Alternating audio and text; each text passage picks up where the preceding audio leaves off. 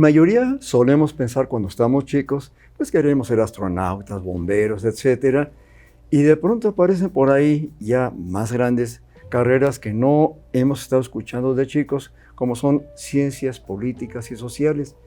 ¿Quién se mete a eso? Luis Alberto, entre otros. Bienvenido. Muchas gracias. ¿Por qué te metes a algo que no era parte de nuestra niñez? No.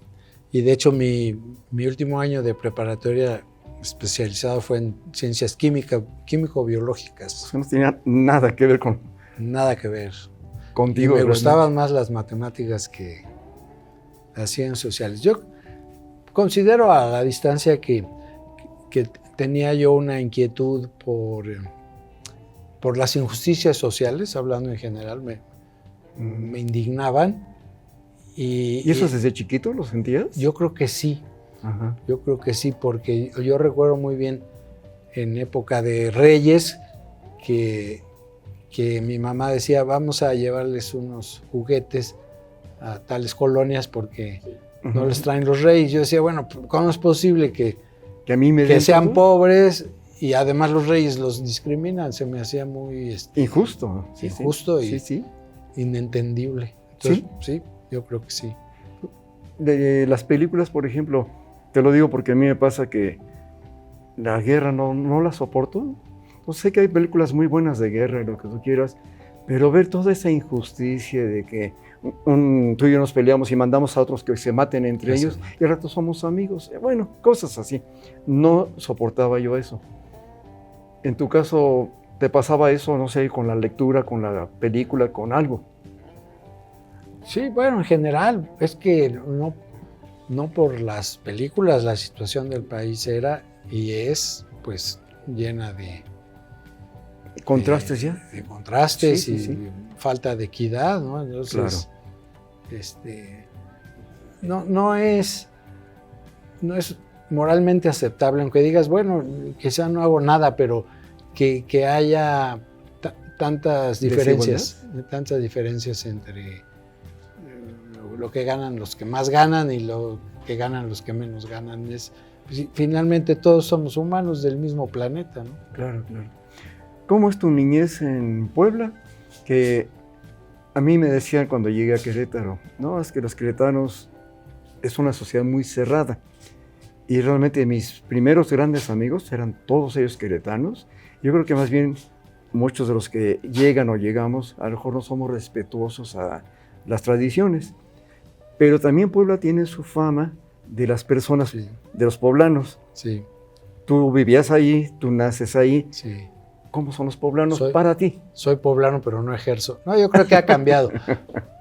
Sí, era mucho más cerrada. De hecho, y además se hacen círculos. Estaban ahí los hijos de españoles que se creían más españoles que los españoles. Sí.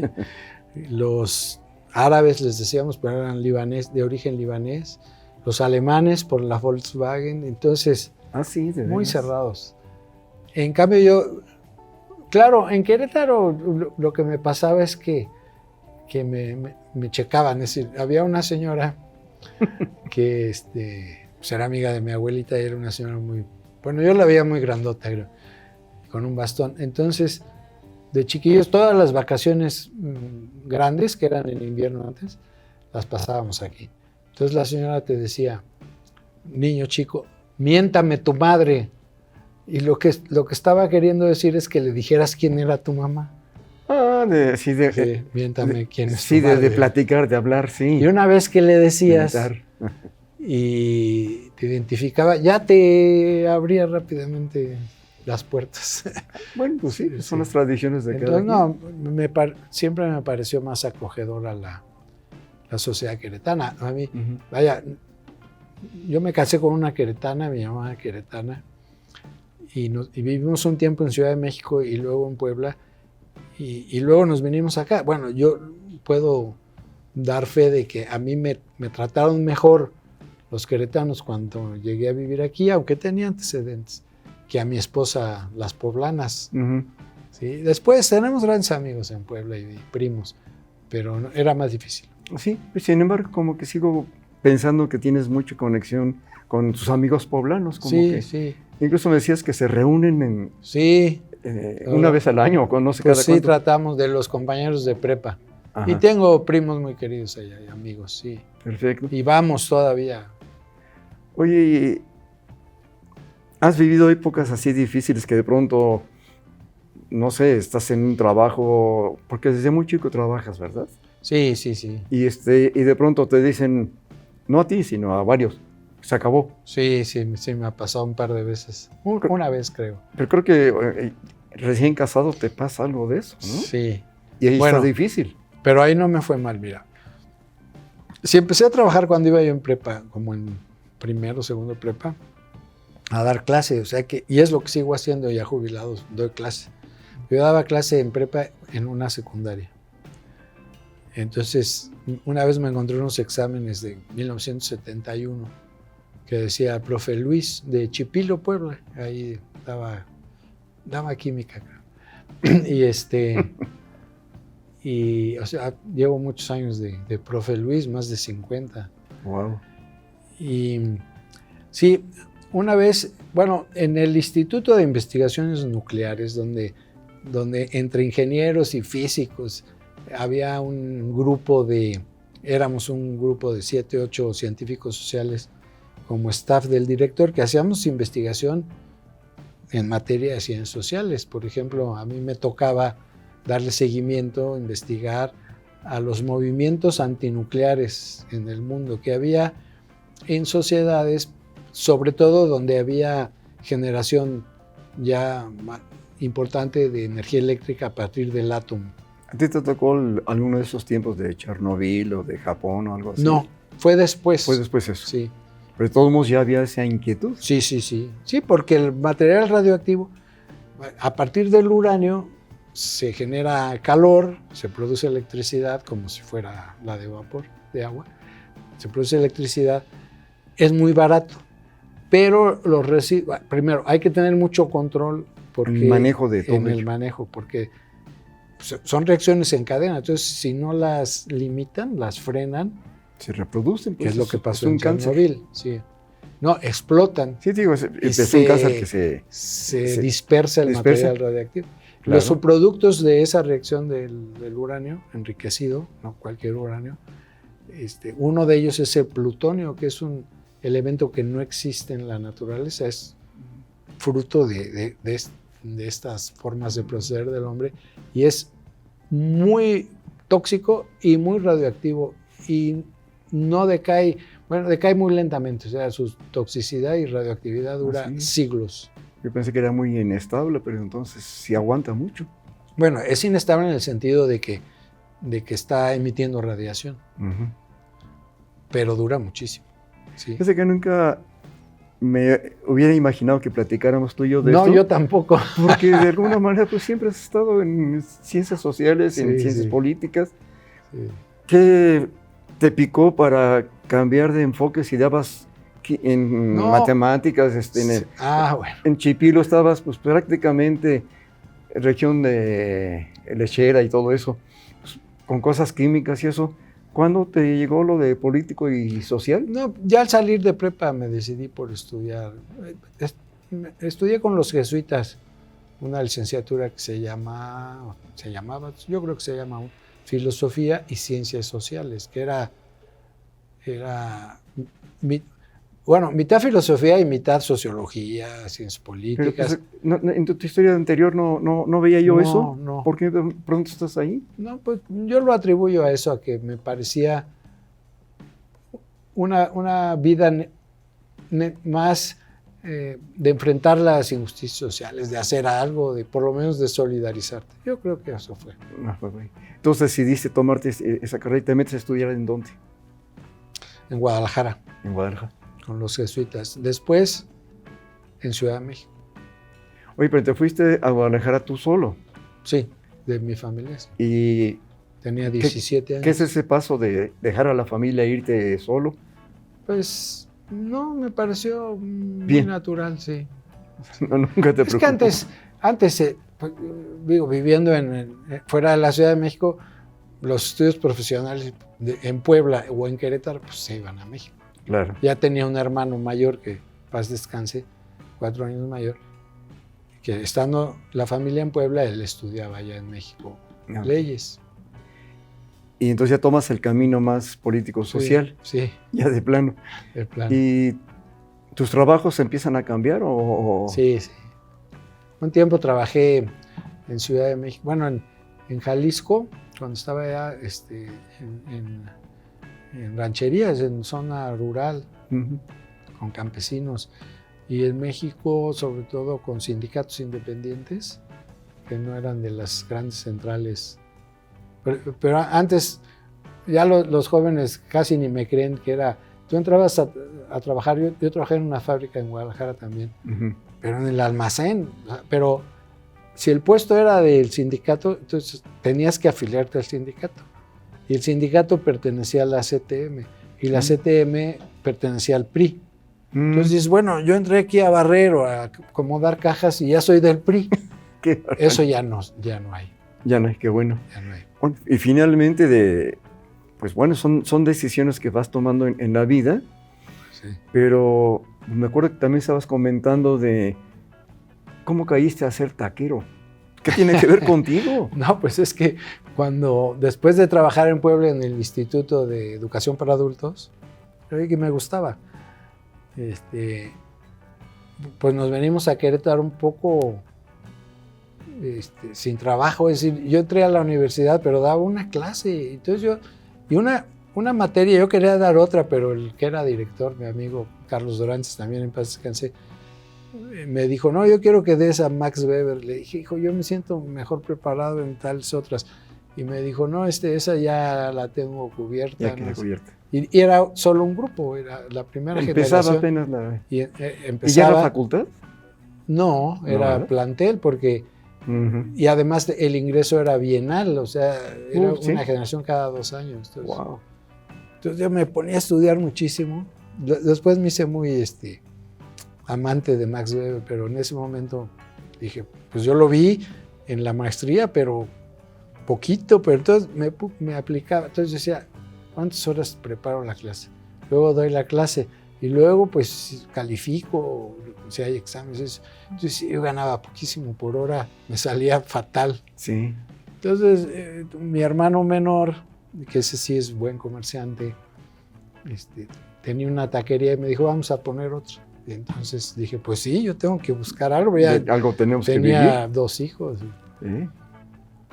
Y entonces eso hicimos. Pero no era mi vocación, no estaba yo feliz en la taquería. Es que siempre me ha gustado, eres capaz de decir, no soy feliz, sí. Y entonces buscas otro camino donde quizá la prioridad más que la económica que de todo se requería es en donde voy a estar más a gusto. Así es. Por eso tienes 50 años dando clases. Sí.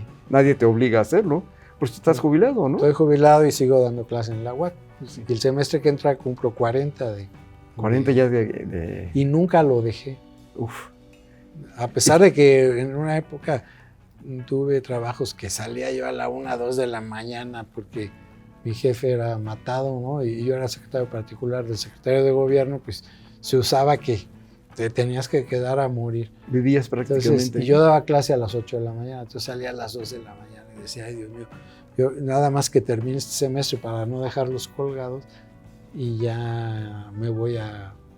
Pues, ¿Cómo llegas a ejercer esos trabajos que ya son muy difíciles de llegar a ellos? Ser secretario particular de... Pues también fue un poco casual, mira. Yo después de un tiempo de ser taquero y profesor de asignatura, entré a Linea de aquí, que ya había estado en Puebla. Y de Linea de aquí me dijo el director de sociología, me comentó que en gobierno del estado, que él tenía habían sido sus colegas, porque era el sexenio de Mariano Palacios, casi todos, incluido Mariano, salieron de la universidad. Y le preguntaban por un sociólogo que pudiera formar, estructurar el Consejo Estatal de Población, porque no tenía Querétaro, y solo 2 estados no lo tenían. Entonces me dijo que si me interesaba, le dije, sí, me gustaría mucho hacer eso, porque además ahí hay estudios muy sociales, pero la demografía es más matemática que o sea, la vida te preparó para eso. Sí. Entonces, pues hice desde el borrador del decreto del gobernador que creó al consejo a finales del 87. Uh-huh. Y luego en febrero, a principios de febrero del 88 nació mi tercera hija. Wow. A pesar de ser del Consejo de Población que decían que hay que limitar el número de hijos, bueno, y además el gobernador tenía creo que 7 hijos, entonces, bueno, uh-huh. Ahí estuve en el Consejo de Población algunos años. Y el Consejo de Población, no sé si todavía, supongo que sí, es un organismo descentralizado, adscrito a la Secretaría de Gobierno. Entonces yo en un cambio de gobierno, cuando entró Enrique Burgos, yo me seguí un año en el Consejo de Población, bueno, no me corrieron ni me invitaron a otra cosa, uh-huh. Y después el secretario de Gobierno, pues no sé, algo vio en mi forma de trabajar que me llevó a su oficina y luego me pidió que si podía ser su secretario particular, le dije que sí. Pero hacer un trabajo... Secretario particular, no, secretario particular es el perro de rancho. ¿Sí? Cuando hay fiesta te amarran y cuando hay bronca te echan por delante. Sí, al grado de... Porque luego en el municipio ocupé el mismo cargo del presidente municipal. Wow. Y una vez que me encargó todo, una presea que se entregó muy, muy bonita, la de Josefa Vergara, que se le dio por primera ocasión a la señora Camus Septién. Me encargó, entonces preparé, hablé con ella varias veces y preparé el discurso de la ceremonia que lo dije yo. El presidente me dijo que yo lo dijera, yo lo había escrito. Al grado de que una amiga, cuando acabó eso, me dice, oye, qué bonito discurso, ¿quién te lo hizo? No, le dije, pues lo hice yo. No, dime la verdad. Y los secretarios particulares hacemos un montón de discursos que nunca se te atribuyen, pero bueno. Sí, luego fui secretario particular en la universidad y lo primero que... ¿Cómo entraste a la universidad? Pues estabas en gobierno. Pero seguía dando mi clase. Seguías dando tu clase. Sí. Y luego cuando entró la rectora Dolores Cabrera, me invitó a estructurar la dirección de medios. Y yo dije... ¿Y tú qué sabías de medios? Nada más me gustaba. Pero le entras. Pero ya después, sí, o sea, fíjate, después fui director de la Facultad de Ciencias Políticas, donde hay sociología, ciencias políticas y sociales, comunicación y periodismo. Ahora ya hay más, de hecho me tocó formar algunas, pero dije, yo tengo el perfil adecuado para ser director cuando me animé a ser candidato, porque es electivo el cargo. Dije, fui profesor fundador de sociología. Enseño en ciencias políticas, materias muy de teoría política. Y tenía la experiencia de radio, que ahí tuve el gusto de conocer, radio Universidad. Entonces dije, me checo. y fui electo director de la facultad. Todos esos cargos ya implican una responsabilidad muy grande. ¿No te llegas a enfermar por eso? Claro que es un peligro, sobre todo en Secretaría de Gobierno, porque, digo, uno es un auxiliar, pero el secretario particular, pues es el otro yo del titular y le hacen caso. Entonces, Max Weber, del que me enseño todavía, decía que se necesitaban características especiales para no volverte loco cuando tienes mando sobre personal armado. Ay, John. Sí, porque... ¿Y eso lo viviste? Pues lo viví, nunca lo pensé, pero por teléfono, vaya, lo que yo dijera, pues entendía que era de más arriba. Y entonces guardar ahí la mesura tiene su chiste, y que no te vuelvas loco. Pero fíjate, Weber me ayudó en eso, porque Weber dice eso, pero también dice que los políticos son los que meten su manota peluda en la rueda de la historia. Entonces dice, ¿qué características se necesitan para hacer eso, para que les permitamos hacer eso? Y ahí dice, ahí ya entramos en el terreno de la ética, que ya no es ciencia. Entonces dice que el político debe tener pasión por una causa Dice, la que sea, yo no me pongo a juzgar qué causa. Pueden ser los pobres, puede ser el libre mercado, puede ser el medio ambiente, ¿sí? Pasión. Luego mesura. Entonces, dice, la pasión es el corazón ardiente y la mesura es la cabeza fría. Es muy difícil conjuntarlas. Y luego sentido de responsabilidad. Pero cuando habla de la pasión por una causa, dice, si no tiene una causa el político, se pone a sí mismo como causa. O sea, es la vanidad del político. El ego, sí. El ego. Dice, y ese es el pecado contra el Espíritu Santo de los políticos. Pecado contra el Espíritu Santo, el Evangelio dice, es el único pecado que no se perdona. Entonces Weber dice eso de los políticos que se ponen a sí mismos como causa. Y sí, yo no voy a especificar acá, pero yo he visto gobernadores que dicen, pues, ¿cuál era su causa? Era él mismo.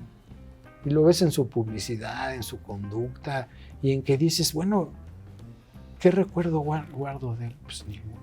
Bueno, y viendo esos egos que son muy humanos, cuando tienes un puesto, por ejemplo, en los medios, y dices, en tu caso te gusta la música clásica, el jazz, y vas a poder manejar Radio Universidad, lo que se va a poner. ¿Hasta dónde puede entrar tu gusto personal y hasta dónde tu puesto como coordinador de todo esto y decir, ok, a mí no me gusta, no sé el caso, pero que dijeras el guapango, pero hay gente que sí, y pongo el guapango. Vaya, a lo mejor un dueño de una estación puede decir eso, pero si trabajas en una radiodifusora pública, cultural, pues es de todo. De hecho, fíjate, al revés, ya se nos va a acabar el tiempo, pero la única universidad que tenía una estación de radio era la UAC en esos tiempos. Y carrera de comunicación la tenían varias universidades. Y añoraban tener una concesión, pero estaba muy cerrado la oportunidad para eso. Entonces, discurrimos ahí que hubiera un programa semanal que lo produjera cada universidad. Ay, qué bonito. A su gusto, con los estudiantes, con su... ¡Qué bien! Y fue una experiencia muy bonita. Decía, el espacio, ¿qué hay que hacer? Nada. Lo que ustedes quieran, ese va a ser su programa. Identifica a su universidad y vamos a ver qué universidad o qué muchachos de qué universidad lo hacen mejor y tienen más audiencia. Y eso fue... Fíjate que esa universalidad me suena bien porque me haces ver que aunque tu corriente política sea A, hay cabida para B, C y D, y no va a ser nada más A. Y eso creo que es una realidad, ¿no? Pues tenemos la suerte de vivir en una época en que la pluralidad se tiene como un valor. No todo el mundo lo vive así, pero cuando dices las diferencias no nos estorban, nos enriquecen, claro. Pues yo creo que respetas más y vives más felices. Un resumen en tu vida como conclusión. ¿Qué balance le das a tu vida? Incluso si lo pudieras calificar, que del 0 al 10, ¿qué calificación le dieras? ¿A mi vida? ¿A tu propia vida? No, pues tengo un 10 que no merezco. No hablamos de la familia, pero a mí mi esposa, a partir de que la conocí, me cambió radicalmente mi vida. Y es tu prioridad, ¿verdad? Tu familia. Mi familia, sí. Siempre ha sido, ¿verdad? Tengo 3 hijos, más 3 hijos políticos que con las mismas cualidades que los míos, y 8 nietos. ¿Qué decías de la población? Algo oí que decías de la población. Sí, fíjate, de una pareja ya vamos 16. Te agradezco mucho tu presencia. Y bueno, finalmente, pues, todos tenemos algo que hacer en la vida, y si escogemos hacer lo que sea, porque la vida lo escogió por nosotros, hagámoslo lo mejor que podamos. Aprendizaje de vida. Mi aprendizaje de vida ha sido dar siempre lo mejor de mí.